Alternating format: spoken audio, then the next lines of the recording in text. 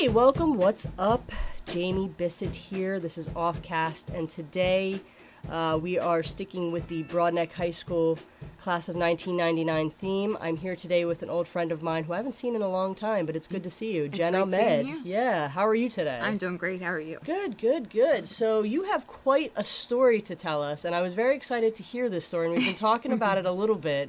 But first, let's start with give me a little bit about your background. Did you always grow up in Arnold? Did you come from someplace else? Well, I was born in Louisiana. Were you? Yep. Really? And then moved to Severna Park, pricey place. So Yeah. basically moved to Arnold from there. Yep. I always lived around here. When did you move to the area? Like when you were fairly young, or? Yeah, like 5th grade. 5th grade. Okay. So what elementary school did you go to? Arnold. You went to Arnold. Mm-hmm. Okay. All right. Very good. And you went through the whole Severn, Magathie. Yeah. Yep. Yep. All that. One thing that I've talked to a lot of my 99ers about is, isn't it crazy that we spent our first 2 years of high school in the middle school? Yeah. It's kind of crazy because somebody forgot about that. They're like, oh my God, like we weren't We freshmen. didn't go to high school. Yeah, exactly. We weren't freshmen until we were juniors. Yeah. It's kind of funny. And so, what were you involved in any after school or any activities while you were at school? Honestly, I was a wallflower. Right. I was very obese. Okay. So I didn't want to bring attention to myself because I remember being in elementary school in Severna Park. Yeah. That people would tease you a lot. Of course. So Kids to avoid, are assholes. Of course. Just to avoid that, I just kind of stayed in the background. So I didn't do any school activities. I swam competitively. Did you really? In Severna Park. Is that right? Yeah. Okay. Yeah, that's definitely so. And then, what were some of the memories? Do you have any, like, who are some of, I know that you obviously sat with us at lunch at sometimes. Yeah. Who was your group of people? I really didn't have an actual group. I mean, you guys were my group of people. Yeah. I think Mandy Blue Oh, was like my Mandy. best friend. Yeah, she lived in my neighborhood. Yeah. Okay, that's cool. But was Baydale Drive? Yeah, right off Baydale in Whispering Woods. Whispering Woods. There was like 3 inches. Yep, exactly. Yeah, we all lived in that street. But that's interesting. So what were your did you have favorite subjects? Were you somebody who just like wasn't into school? Were you really into school? I don't even remember. Well, I mean, look at my background. I'm part Indian, so I'm very smart. So I got great grades, especially, because I didn't play sports. I needed to excel at something. In school, I always did. Yeah. So you're talking India, the Asian country, not American Indian. No, my dad was from Bangladesh. Oh, is that right? Yep. I did not know that. Yep. So he's an immigrant. Yep. I did not know that. What about your mom? She's a white girl. She's from Georgia. Is that right? Yeah. Okay. All right. Very interesting. So you have a very eclectic. Do you have any siblings? Oh, God, yeah. I've got a sister who's 2 years younger, a brother who's 3 years younger, and a brother who's 5 years younger. So you're the oldest? Yep. Okay. Did they all go to Broadneck, too? 2 ended up going to Severna Park, and then 2 of us, like me and the youngest, went to Broadneck. Did you live in that part of Arnold where you could have gone to either or? No. No. Okay. Just the 2 middle children, they enjoyed Severna Park more. Yeah. I don't understand why, but we'll go. To each his own. Right? Yeah. I was gonna say I had a couple cousins graduate from Severna Park, so I understand. And so what were some of your subjects? What were the things that you excelled at? I loved history. Me too. Yeah, Miss McCall. I had Miss McCall. She was so interesting. Like she would like start these stories about different countries and different wars, and I gravitated toward it. It just fascinated you. Somebody once told me when I was working for the newspaper that history is basically yesterday's gossip. Yeah. You know what I mean? So it's kind of like they said it in reference to my journalism where I'm kind of keeping track of the gossip, if you will. Yeah, for future generations. Yeah. Oh, that's cool. Yeah. And like, of course, I love Google. So I sit there and like I watch TV. I'm like, I wonder about this. I wonder about that. So I'm always on Wikipedia or something like that, trying to figure out like, what's going on here? And then what did you do after graduation? I went to Anne Arundel Community College. As most of us did. Yes. Yep. I didn't go. My big plan was to be an event planner, because it sounded fun. But then, like I saw there was like math involved. I'm just like, ew. No. Math involved for event planning? Yeah, because you got to think about the cost of this and the cost of that. Oh, is that what it is? Yeah. So, and I love to cook as well. Oh, interesting. Yeah. What's your favorite meal? What's your go-to meal? Italian. Is that right? Always Italian. Always Italian. Yeah. Like pasta Italian or fish Pasta Italian? Yeah. And I'm good at Mexican. Is that right? Yeah. Okay. Did you ever get confused for being Mexican, by the way? Oh, God, yeah. I bet. Yeah. Mexican, Italian, Hawaiian, Jewish. Jewish? Just like Is that right? It's not a country, dude. So Right. It's a culture. Yeah. That's so interesting. That's kind of the interesting thing I've always found about ethnically ambiguous folks is you're never quite. I actually hung out with a guy in college, and he was Persian. Right, but everybody thought he was Mexican just because he had that black hair and the brown skin, and he's like, "No, dude, I'm Persian." It's like you couldn't get more different than that. But he was always being asked. They always thought he was Mexican. He was like, "My name is Mohammed. Like, how can that be Mexican?" You know what I mean? Like, that doesn't work. That's like my youngest brother looks exactly like Adam Sandler. Is that right? I'll show you a picture later. Oh my goodness! He looks exactly like. So that's where the Jewish thing came from. Exactly. Very interesting. Very interesting. So then, how long before you realized that the event planning was not going to be it? Well, because I actually started taking class, and then my mother, I was in a car with my family, and in Severna Park, Giant, a lady got hit by a car, by an old lady that was driving. So my aunt popped out of the car, ran to the lady, started helping her, and she was a nurse at the time. Gotcha. So I was like, wow, that's awesome. I'd love to be able to do that. Yeah. And then my mom decided to go to nursing because they make great money. Yeah. So she's like, but I'm scared. I don't want to do it myself. Right. And I was like, I'll do it with you. No big deal. Oh, interesting. Okay. And how long were you in nursing school for? Did you finish? I did. I actually went to, I actually got my degree and went to shock trauma. Shock trauma? Baltimore. Really? Did your mom end up getting her degree too? Yes. She went to cardiothoracic surgery at university as well. Wow. Is she still nursing now? Yeah. She nurses now at Anne Arundel Medical Center. Is that right? That's one of the best hospitals around, so that's awesome. Yeah. Wow. So. Okay, so were you able to be a nurse for a period of time? For about a year. For about a year. And like, honestly, like, initially I kept having these exacerbations, then like my leg would go numb, my tongue would go numb, something would happen. Yeah. But then it would be fixed easily with steroids. Steroids. And, would you get like injections or something? Yeah. Okay. Like a IV drip. Then I was working one day, and this one doctor said, there's something wrong with your walking. And I was like, oh, it must be the shoes. And I didn't notice that I was walking weird. Yeah. But within like 7 days, I had a huge exacerbation where I went to get up in the morning and walk, and I couldn't walk. I fell over. So I went to go push myself up with my hands. My hands wouldn't work. Wow. And I could hear. How scary was that? Yeah, it was really scary. Wow. So I went to go yell to my dad because I could hear him in the kitchen. Yeah. My voice wouldn't work. Oh, no. It was frozen. So I just sat there like pounding on the floor somehow. And my brother came in, and I was terrified. Right. My dad ended up taking me to the hospital, and that was the big one. That was horrible. Yeah, So. yeah. And it was it at that trip where they saw the lesions and said No, see, they had Okay. before had diagnosed it as post-infectious demyelination because it came on too quick to be MS. Interesting. Yeah, there's lesions everywhere on the brain MRI. Is that right? So they're like, it can't be MS. It's just too quick. Too quick. So I finally got the diagnosis after a year of getting more exacerbations after one after another. Yeah. So they're like, it's happening too frequently. It's gotta be MS. Interesting. Yeah. So for that year, I mean, was it like you would get your voice back and then lose it again? Would you get your muscle memory? Or, you know what I mean? How would that work? Well, they've got like 4 different stages of MS. Right. One of them is relapse remitting. Well, actually, the first one is you get one episode, one exacerbation, and then you get treated for that, and then you're fine for the rest of your life. Yeah. But then the next one, which I had, was relapse remitting, which means you could have a relapse or exacerbation. Yeah. But then you be treated, and then you go into remission, you know. Right. So you get physical therapy, occupational therapy, whatever, what have you. Right. And that would help. And then I think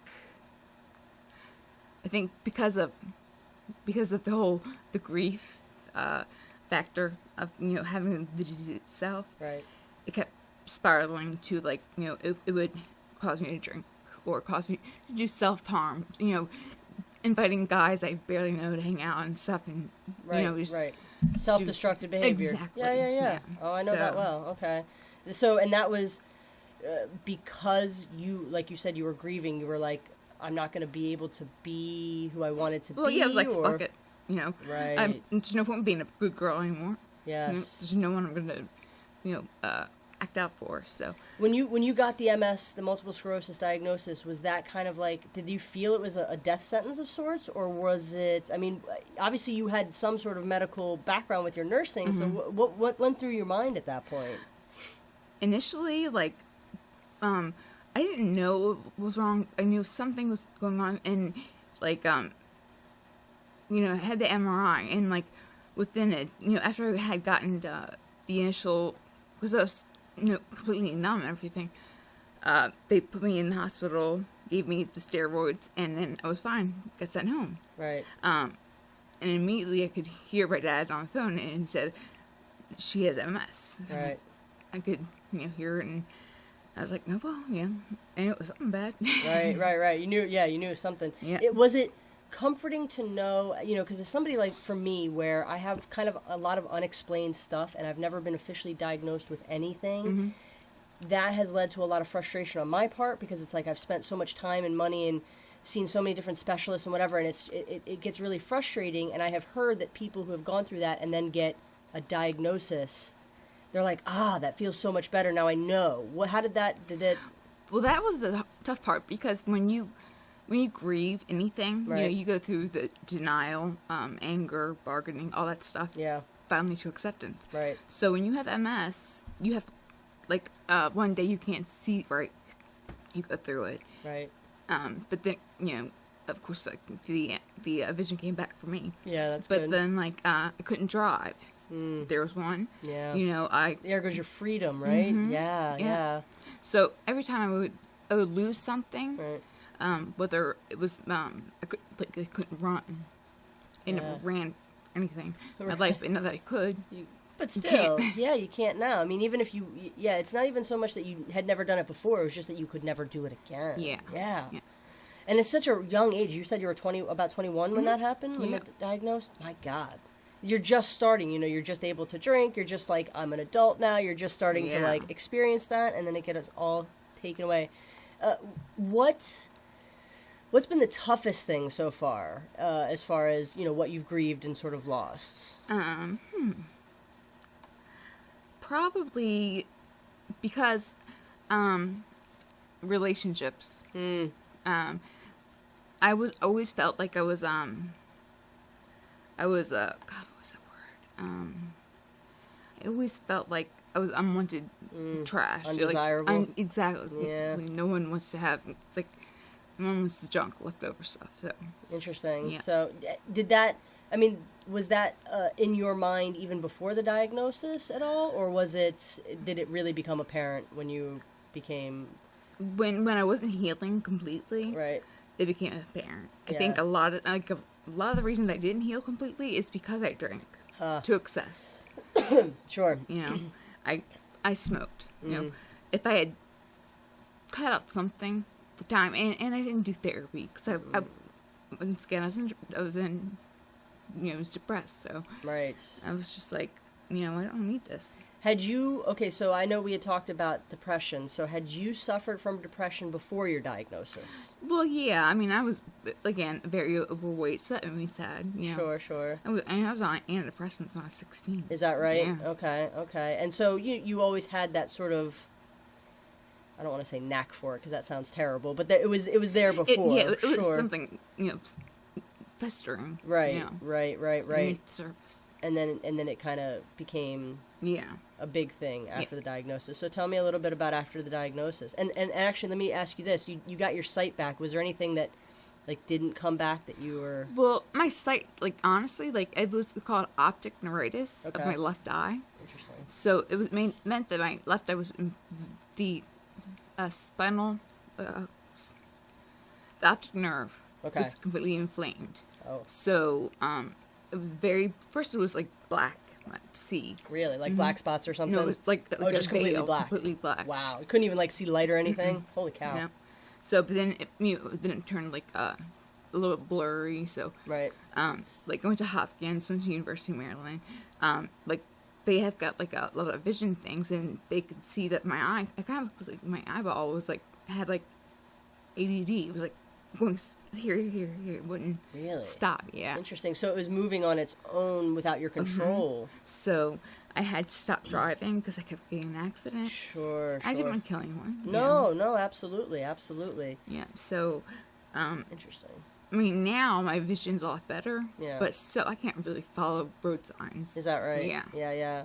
I do recall my sister. That was the thing that sparked her. Mm-hmm. She'd always had little things here and there that now in retrospect you're like, oh, that makes sense. Yeah. But it wasn't like a thing. Usually that's like the number one Indicator? Yeah.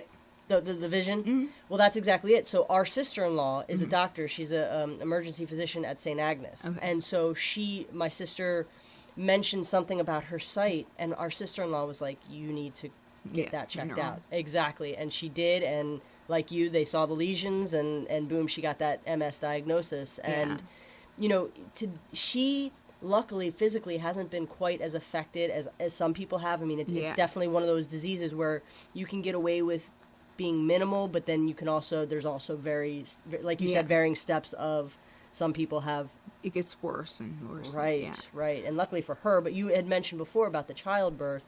I know she is pregnant at the moment, so she's, her doctors and her are already formulating the whole, we'll probably need to pre-schedule and make sure we don't go through the stress of that whole labor thing. Well, like now for her, because she's actually living, and it's like weird to say, but she's living off a fetus. Yes. That stem cell kind of thing. Right. It's letting her excel. Right. But pregnancy, labor itself, that can cause a lot of exacerbations. Yes. So planning a actual like a C-section. Yeah, Exactly. Yeah. So, and in fact, again, I don't have MS, but I do have certain things, and I do remember. You can ask anybody. I've always had, various stomach and other ailments, and when I was pregnant, I remember I was like, I felt the best I'd ever felt in my life. Yeah. You know what I mean? And it's probably a similar thing where I was fetus. Right. So I always like to thank my daughter. I'm like, thanks, kid. You know what I mean? But it's very interesting how that works. So,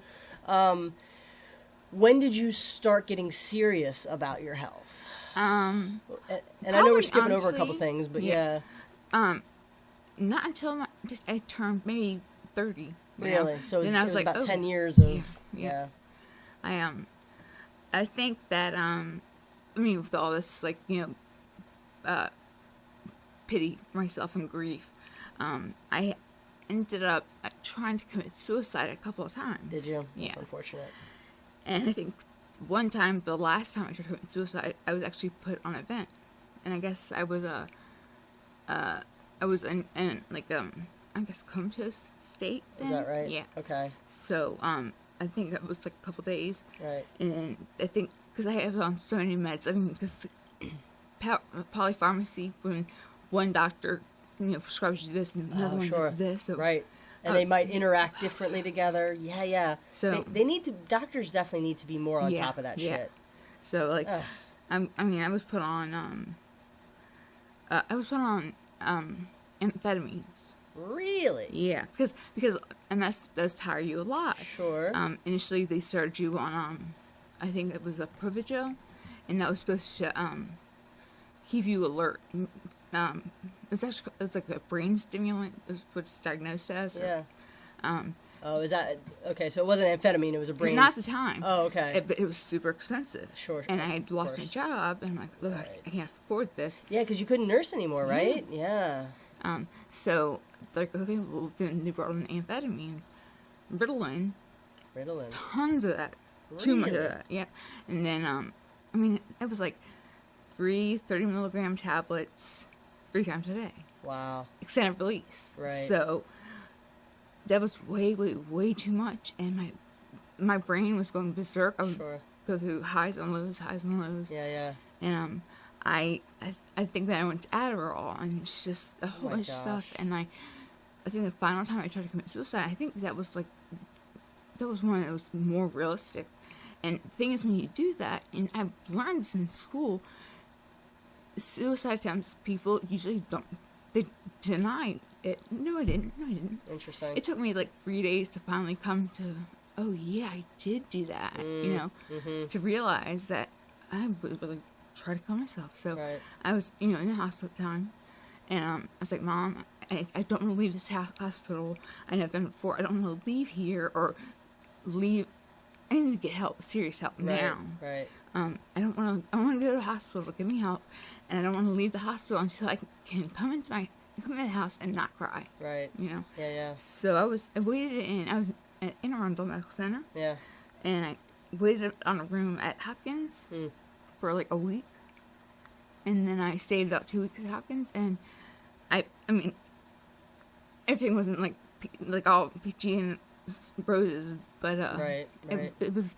I had a lot of psychoanalyzing, self-psychoanalyzing, thinking about, okay, when you come home, your room may be a mess, but I have to think, what can I do to prevent myself from crying? So you would get like overwhelmed with things like that. Yes. Interesting. And I was no longer on these amphetamines. Right. So your energy level wasn't quite. Yeah. So is that what it is? It's overwhelming because it takes you longer to do things, so that it's overwhelming because you're not sure. You know what I mean? It's going to take a long time, or is it hard to do? I guess. Well, not just that, but like with all the drugs, all the amphetamines, your brain was going super fast, and you're like thinking, you gotta do this, gotta do that. Okay. And then you're thinking about this, and then you've got this in the background, like, okay, I gotta do this. It was crazy. Yeah. Do you mind if I ask you what your attempt was? What was your method? Find any pills I can find. Okay. My father, he's on a bunch of cardiac drugs. So I'm just like, you know what? I'm going to do it. And at the time I was on, because I had extremely bad migraines. Sure. And I was on seeing a pain specialist. They had me on methadone. Oh my God. Yeah. Holy shit. Yeah. So I took a handful of that stuff. You're taking the drugs that they were giving you are drugs that a lot of people I knew in college were taking recreationally to party. Yeah. Jesus Christ, man. Jeez. Well, I wasn't taking the biscuits, like the one, not the methadone they give you for a heroin addict's drug. Right. Trying to wean. Yeah. Yeah. I was taking a different pill. I was taking like a less effective one. Okay. As party drug. Yeah. I've tried the party drug and much different. But Sure. Yeah. Yeah. Interesting. So, why did you feel that taking your life? I mean, was it because you were in so much pain? No, I just had no control over my life. Is that right? Yeah. Sure. And I was like, there's no point in living because I can't control my life. Sure. So you felt hopeless. Exactly. Yeah. So I was like, might as well do it. So I took all these pills, took all my dad's cardiac pills, and I'm thinking, oh my gosh, what if I don't die? Right? Isn't that always the thing? After I've taken the pills, I'm like, what if I don't die? I was like, well, I don't want to feel pain. I take some Benadryl too. Is that right? So, yeah. Interesting. So just a random cocktail of whatever was available. So, About how old were you with that last attempt? I was probably 20. I'm not sure. I'm thinking around 30 because that was when I straightened up. Okay, so that's okay. Yeah, so it had been 8, 9, 10 years of struggle, and then wow. Now, by that point, you hadn't thought, to see a psychiatrist. You hadn't thought to I had seen a psychiatrist, okay, but I painted pictures. I'm doing better. I'm not going to tell them that I'm still feeling shitty. Yes. Did you feel a burden? Oh, God, yeah. Yeah. Okay. Because, I've also, in nursing school, you learn about, caregiver strain and whatnot. Yep. I hated the fact that everyone had to do for me. Sure. You know? Sure. Even to this day, it's still... Right. You don't expect that to have to happen until you're older, and you're so that is definitely very interesting. What was the first thing that you did after you decided that you were going to straighten up?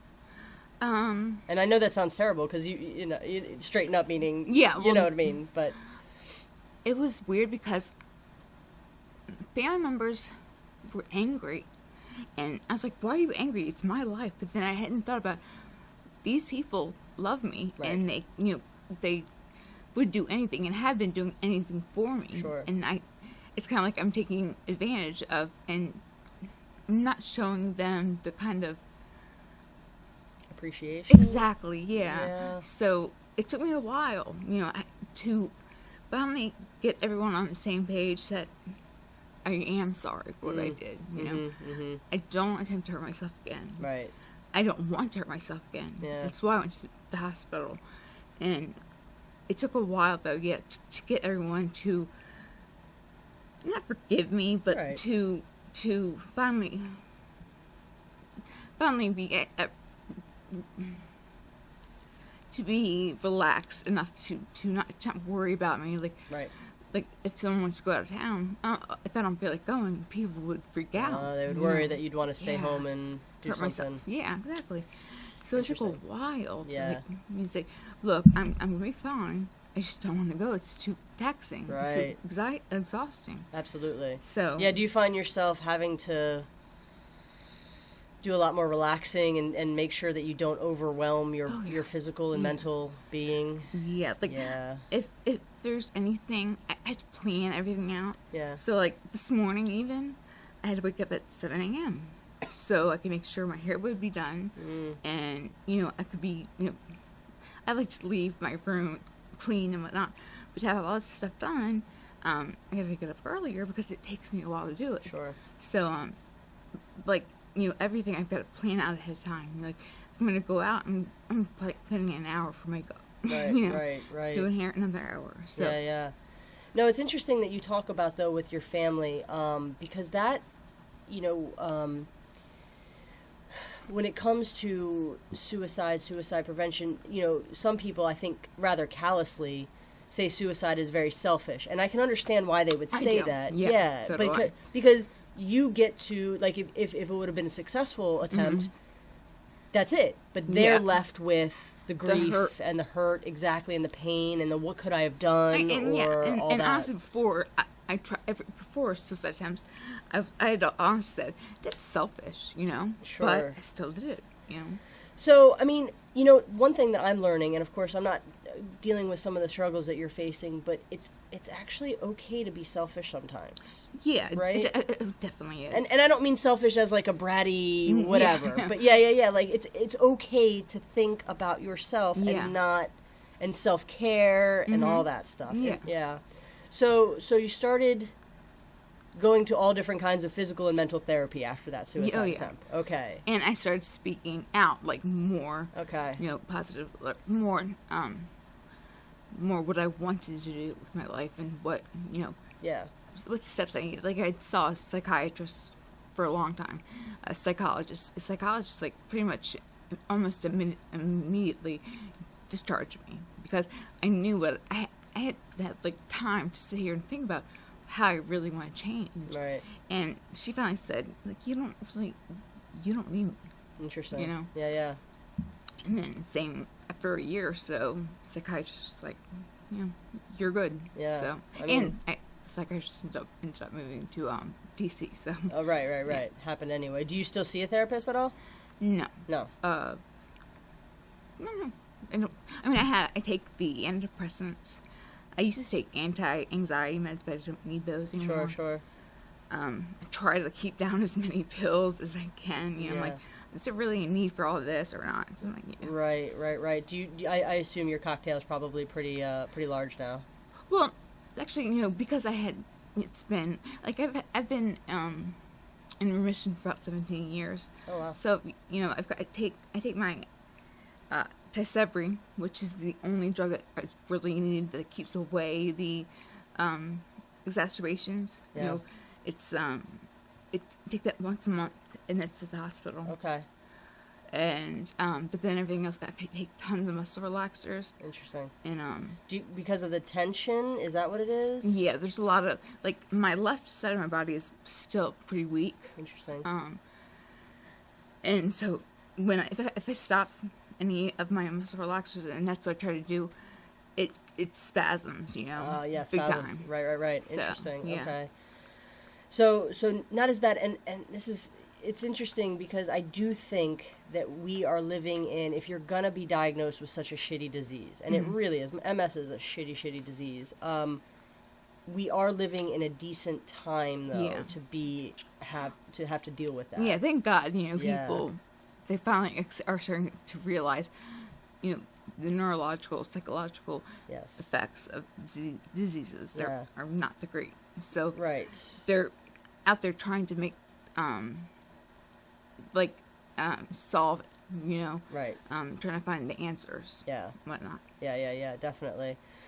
That's very interesting. So what has physical therapy done for you? Has that kind of helped get some of the motor back, or? Well, because, like I told you again, I had been in, you know, remission for so long. They're like, I had been doing therapy, and they were like, oh, well, you know what? Your back is messed up, but I don't think that has to do with MS. Interesting. I had scoliosis, too, when I was, like, 11 years old. Oh, really? Yeah. Oh, interesting. So I had the bars in my back, but your spine continues to grow. Right. So my spine continued to grow dysfunctionally. So I had to have a lumbar thoracic fusion. Right. About 6 years ago. Really? Okay. So that's actually what is, like, making me, like, you know, that's where my pain is now. Oh, interesting. Yeah. So it has nothing to do, the pain for the MS side of things is manageable, okay, it's the fusion. Yeah. I mean, like, the balance will probably always be an issue. That's always MS. But, the pain is not MS. I mean, the physical, like, after, you know, cleaning house or doing something, that's because of the back. Yeah. So that's interesting. So you had surgery when you were a kid too, to get those bars set. I had no idea. Yeah, 6th grade. Wow, that must have been an intense surgery. Yeah. Yeah. So do you still do physical therapy every so often? Do you have to? Well, I used to do it like for 3 years. I did it, but for about 9 months out of the year because I have awesome insurance. Nice. Yeah. But and thank you for Obamacare. Right. I was one of the lucky people that had horrible insurance, and then that came on, and then I had great insurance. So nice. Yeah, definitely. Yeah, I did the aquatherapy, and I actually just now went back to it about a week ago. So okay, so aquatherapy, do you do? Is it kind of like running in the water, or like? Yeah. Okay. And like the thing is, like, my pain was coming back so bad. Yeah. And I was like, I already knew. I was like, look, my posture's horrible.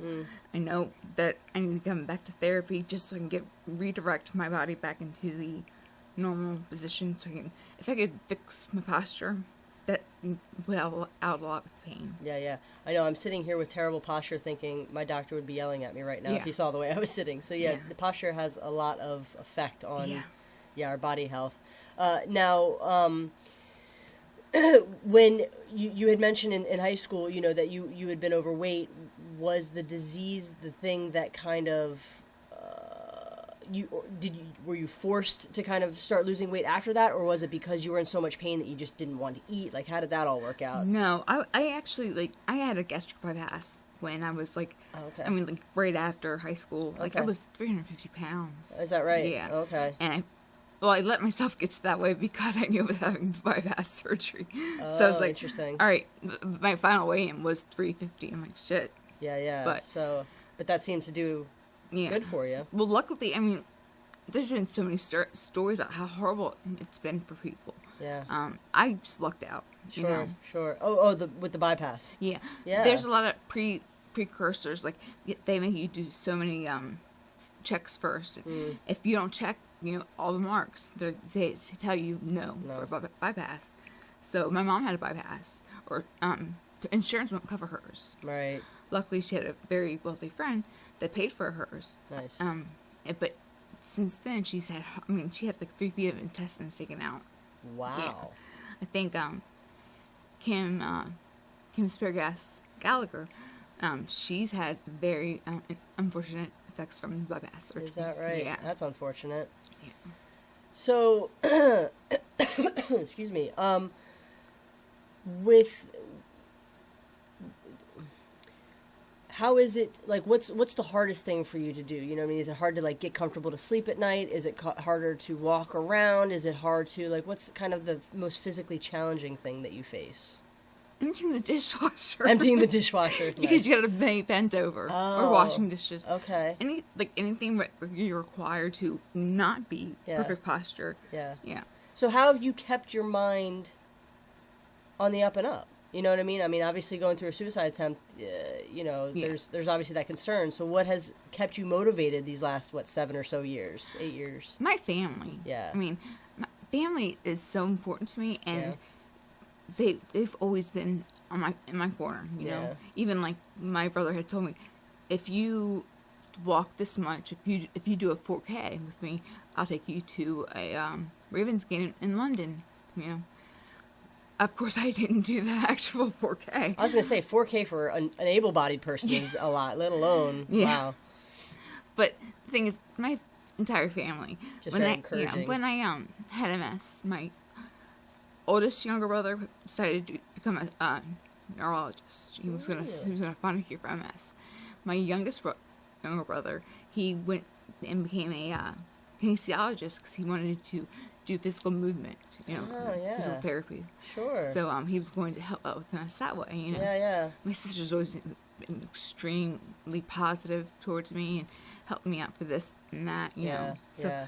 I've just been very fortunate. My dad, he's always just very, no, you're not gonna settle for that. You're gonna do better. You do this, that. Sure. I sure.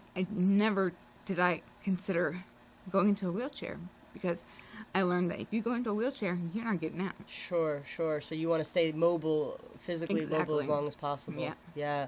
No, the family support, that's Yeah. got to be, I mean, could you imagine going through something like this without that? Yeah. No, that's insane. That wouldn't help. Exactly. And so that's pretty cool, though, that your brothers, that in one small weird way, your disability, in a sense, is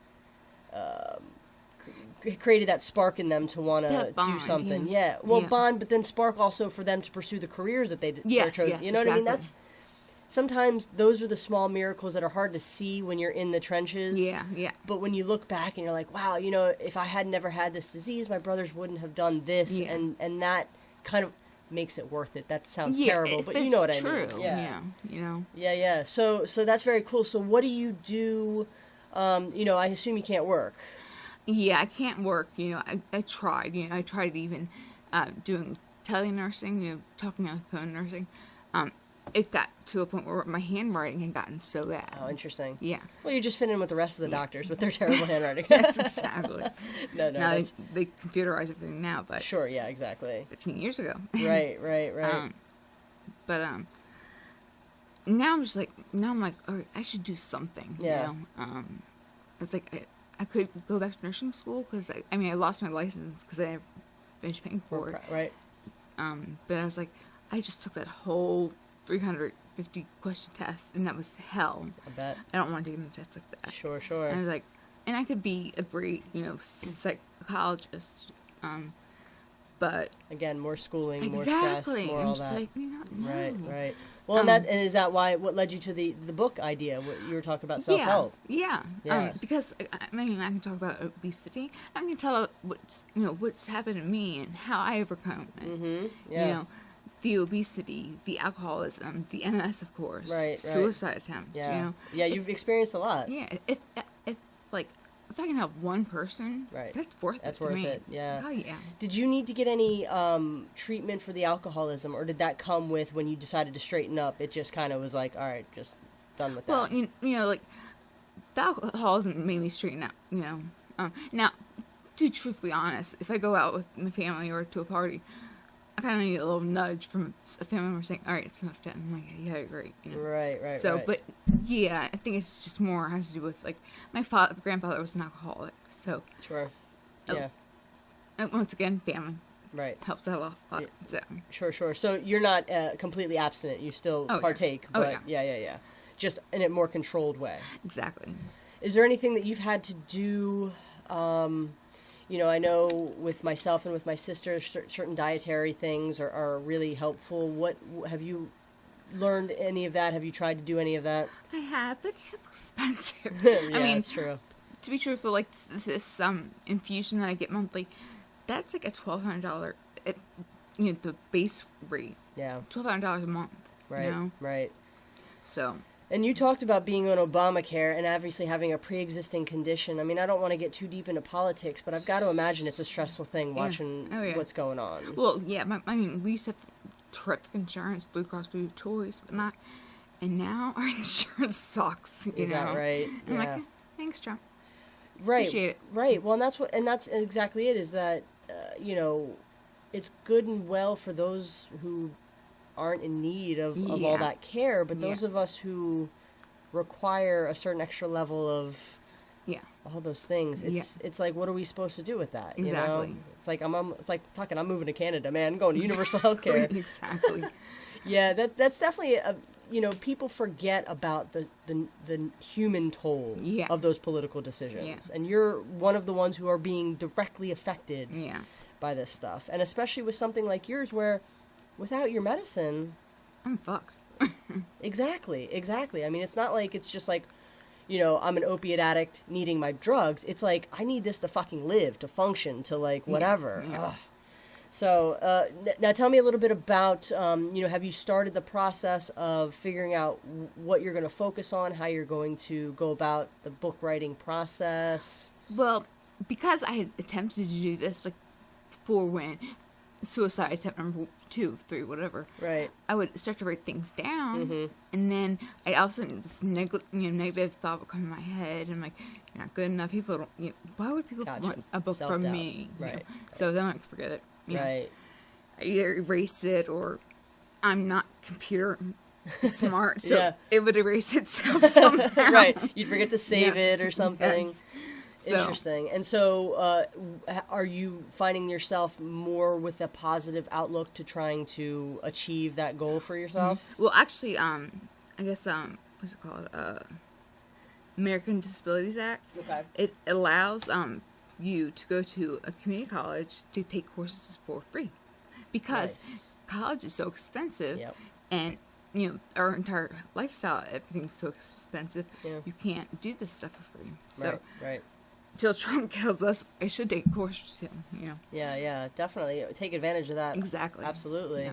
Now, were you ever a writer? Like, was that something that you enjoyed maybe in school or anything? You did? I'm very fluent. And, Okay.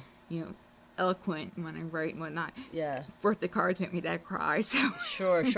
Did you ever, did you ever do writing for therapy, therapeutic purposes to like kind of get out some of those evil thoughts that you were thinking in your head? No, because I remember when I started writing a diary when I was a kid. So my sister would find it, and she's like, "Oh my gosh!" So, right. Yeah. So you decided maybe not leave anything in print. Okay. But no, I just a lot of thoughts help. Yeah. Maybe I'll write things down. Like list things. Exercises and doing this and that. But right. Writing hasn't. Other than wanting my desire to write a book, right? Hasn't really played much into my thought process. Sure. So give me a sense for what a typical day for you. I mean, you mentioned before if you have something planned, you know what time you need to get up so that you can take care of all you need to do. Yeah. Tell me a typical day of what you're up to now. So like I probably wake up about 8 a.m. Okay. Or earlier, and I'll take my morning medications. With all the medications I take, they'll put me back to sleep. Sure. So I actually typically all the way wake up, by 11 o'clock, and then I'm ready to start my day. Mm-hmm. My house right now, we're trying to rebuild it. So I don't build. Right. I can't lift anything anymore. Right. So I just try to clean up. Yeah. Help it in any way you can. Yeah. So so that's what's focusing your attention right now is doing that. I imagine it's good to have, even if it's going to take longer than than it would usually. I've got to imagine having a goal in mind. Yes. Right?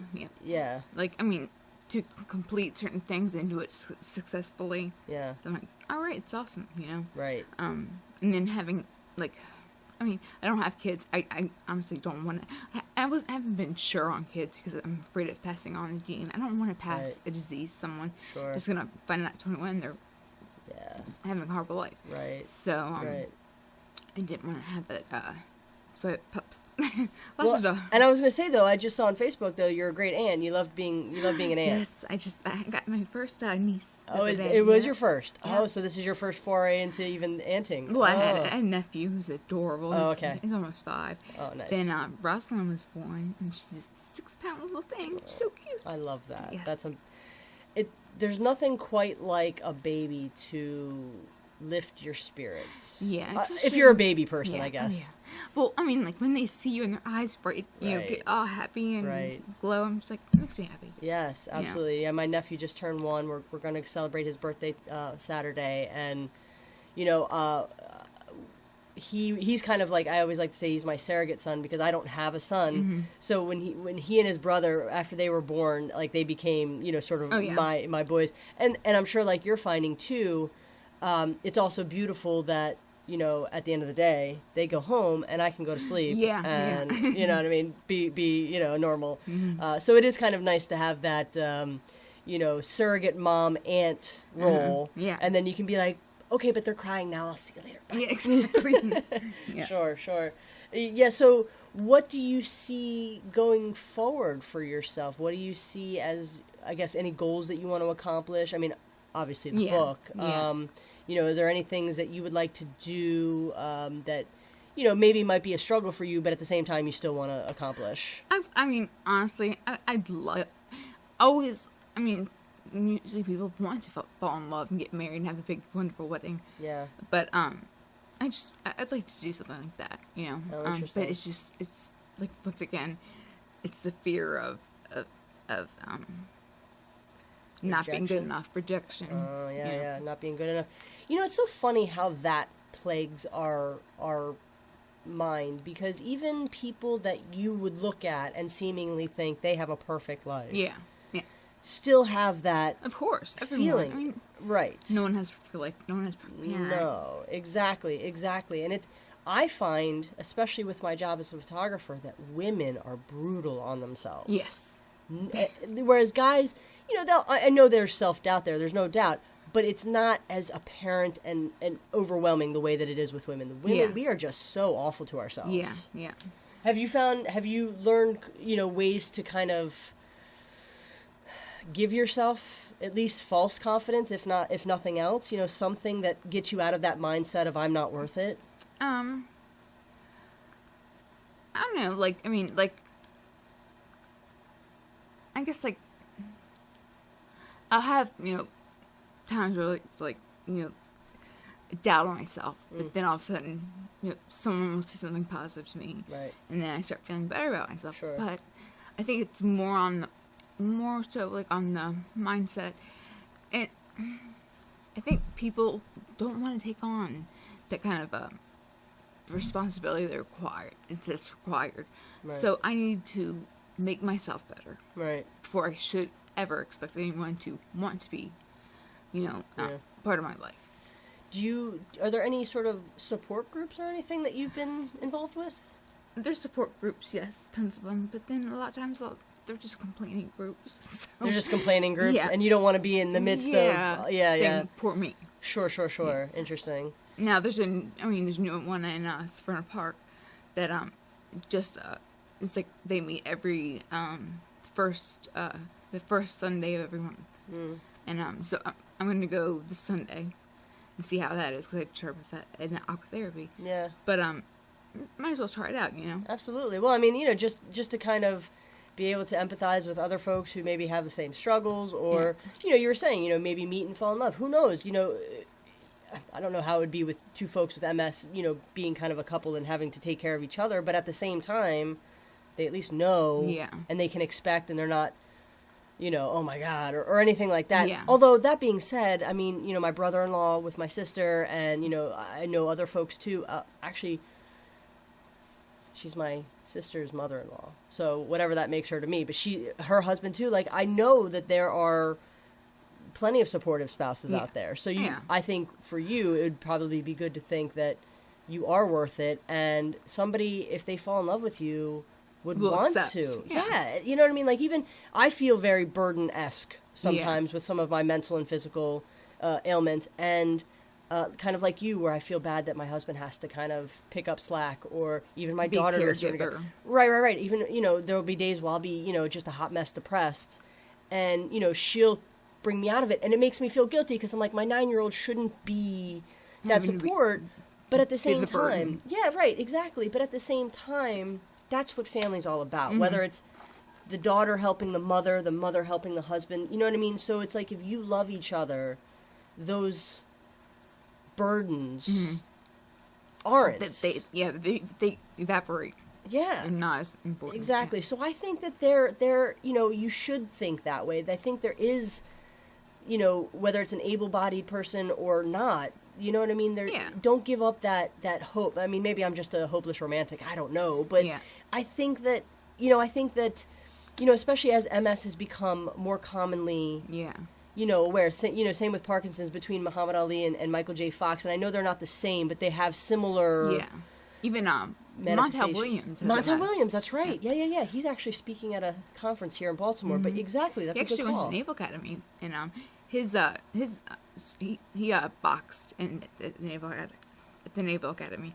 So the blows to his head. Oh, they finally Interesting. Well, that's what they say with Muhammad Ali with his Parkinson's. Same deal.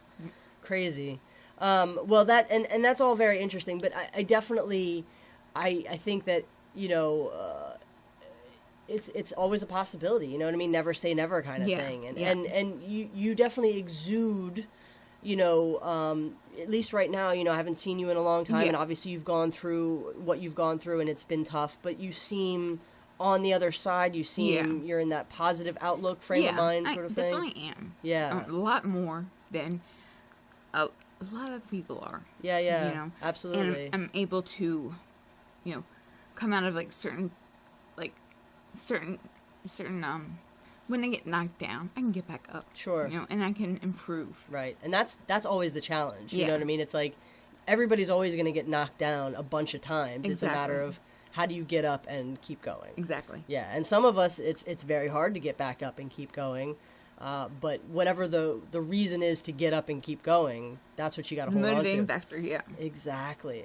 And like you said, family. I mean, that's like... Yeah. There's nothing better than that motivation for... Yeah.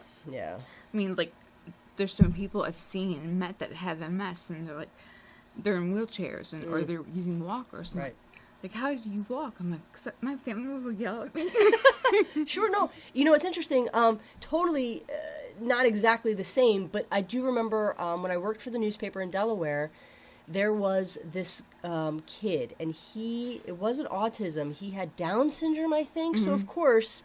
he's automatically pegged as you're the R word and you're going to be nothing and blah, blah, blah. Well, his mom was like, no.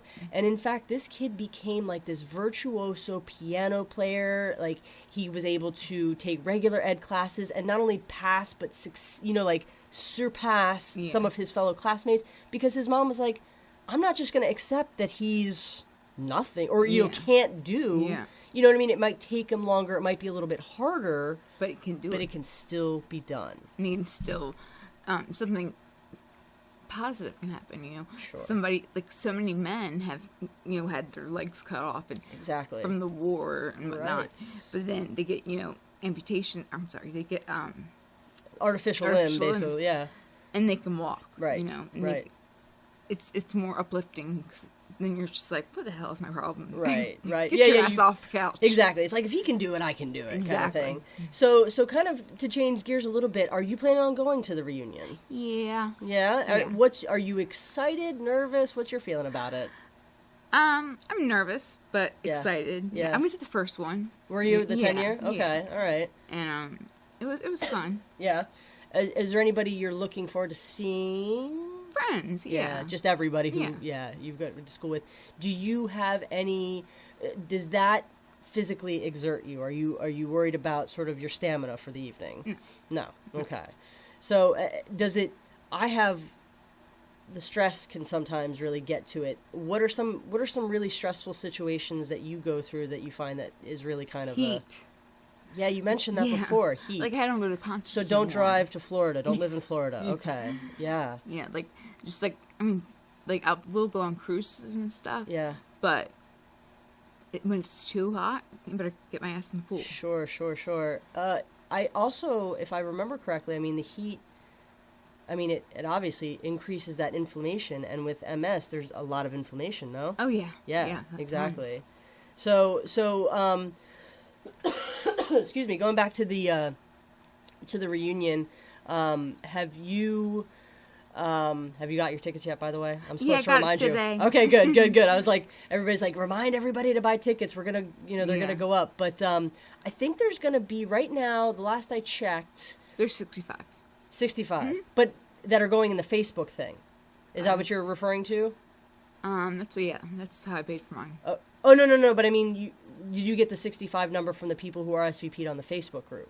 I have no clue. I was on Facebook and then I just paid for it. No, but I'm saying, how'd you get the number 65? 65 people are going. Oh, 65 cost. I don't know the Gotcha. So no, I was going to say that I think about, so far, 40 people have bought tickets, which, it's funny, with Facebook, this is kind of the challenge we're facing, which is everybody's like, well, I already know what everybody's up to. Why do I need to go to the reunion kind of thing? And so that's kind of a challenge we're facing. But funny enough, the love for each other in the class of 99 has actually been very nice and surprising because, we talked to some folks from class of 98 and they were like, wow, nobody really came. And, like class of 97, same thing. And even though 40 doesn't sound like a lot, especially in a class of like 360, we're probably going to get more than that. Yeah. But it actually is. And like when we did our fundraiser night at O'Loughlin's, we raised more money than they've had in a long, long time. Wow. So it's a very positive thing to know that we all still care enough and that we're, despite Facebook and what that's kind of causing other people to not want to attend, we still as 99ers, we're there. You know what I mean? Well, too, like for the first reunion, you think about high school and you're like, you weren't part of the in crowd, right? So you're not really going to be that cool at the reunion, sure. And then everyone's like cool and they're all friends, and you're just like, but you were a snob. What happened? Right. No, and it's so funny you say that, Jen, because in high school, I was definitely, you call yourself a wallflower. I don't know if I was a complete wallflower, but I certainly was not one who was popular or anything like that. Yeah. And so, going through this planning process, most of the women on the planning committee were all from various groups of friends, some the popular,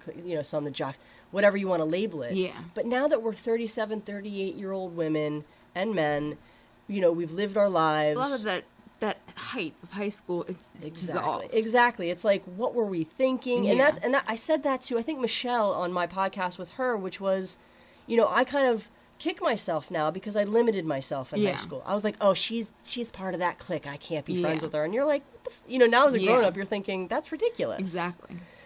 So it has been nice, I know, from my personal perspective, where I'm, making friends with people that never would have given me or I would have given them the time of day in high school.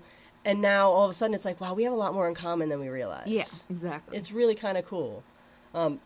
Same with my husband, actually. I tell this story all the time. He was, that nerdy drama theater club in high school. He went to South River and he had like, the long hair and he wore, and I probably would not have given him the time of day in high school. And I think that's my own stupid fault. And I'm glad I didn't have to do that because he's the man. I love that man to death. So exactly. So it's that high school perspective of being the person, the clique. Exactly. And having to obtain the perfect people. Exactly. And having to possibly be something you're not. You know what I mean? Like, if I've known, I've caught up with some folks and it's like they're gay now, and it's like, I wish that they could have had the confidence to have been gay then. You know what I mean? And now it's easier enough to do it, but back then, I mean, high school is just, it's ridiculous what kids... It's sad. It's like, really it's scary. And it's sad and limiting. Exactly. And it's like, my sister is a high school teacher. Oh man. She's an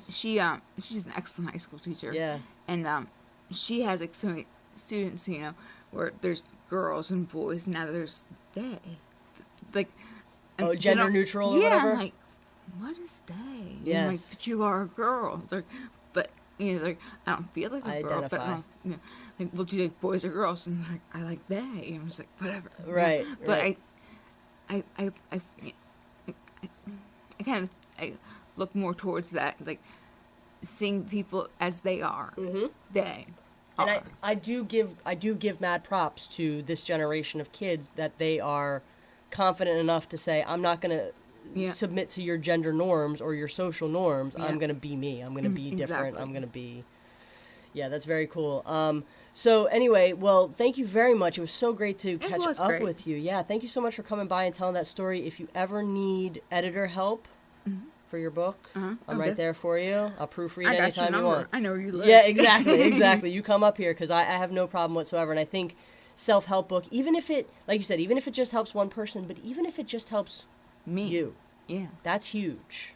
Right? I mean, that's kind of, this is a self-indulgent thing, this podcast. Oh, yeah. It's allowing me to meet people. It's allowing me to, have my, say things. And it's a good therapeutic relief for me. And it's definitely. Like, again, going back to that self-care, it's sometimes okay to do things selfishly. Yeah. Right? Exactly. And you do things selfishly, like write a book, but then, to boot, you could possibly have these unselfish...